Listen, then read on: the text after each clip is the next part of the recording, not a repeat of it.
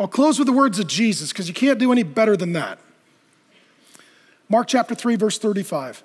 For whoever does the will of God, he, Jesus says, is my brother and sister and mother. How many of you guys here, you're like, man, it would have been great to have Jesus as a big brother. Jesus says, I'll be your big brother. Do what I tell you to do, and I'll be your big brother. I'll love you, help you, encourage you, be there for you. I'll be your brother. How many of you ladies hearing this say, boy, it would have been great to have Jesus as a big brother? Jesus says, I'll be your big brother. Do what I tell you to do.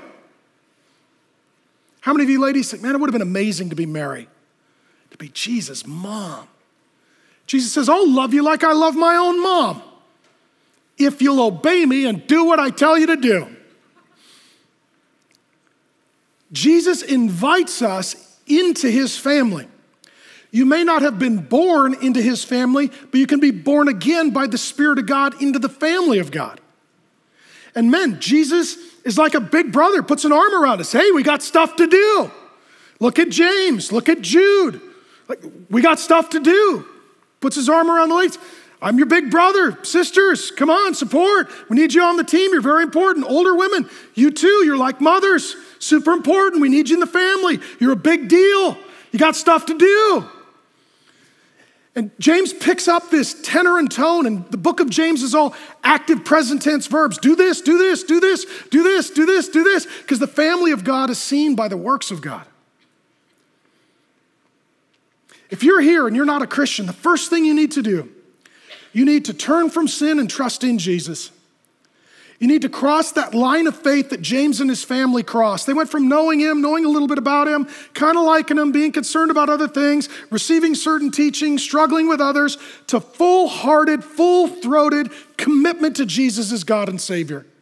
And I'm inviting you not to just admire Jesus' family, but to join it. And you do so by turning from sin and trusting in him.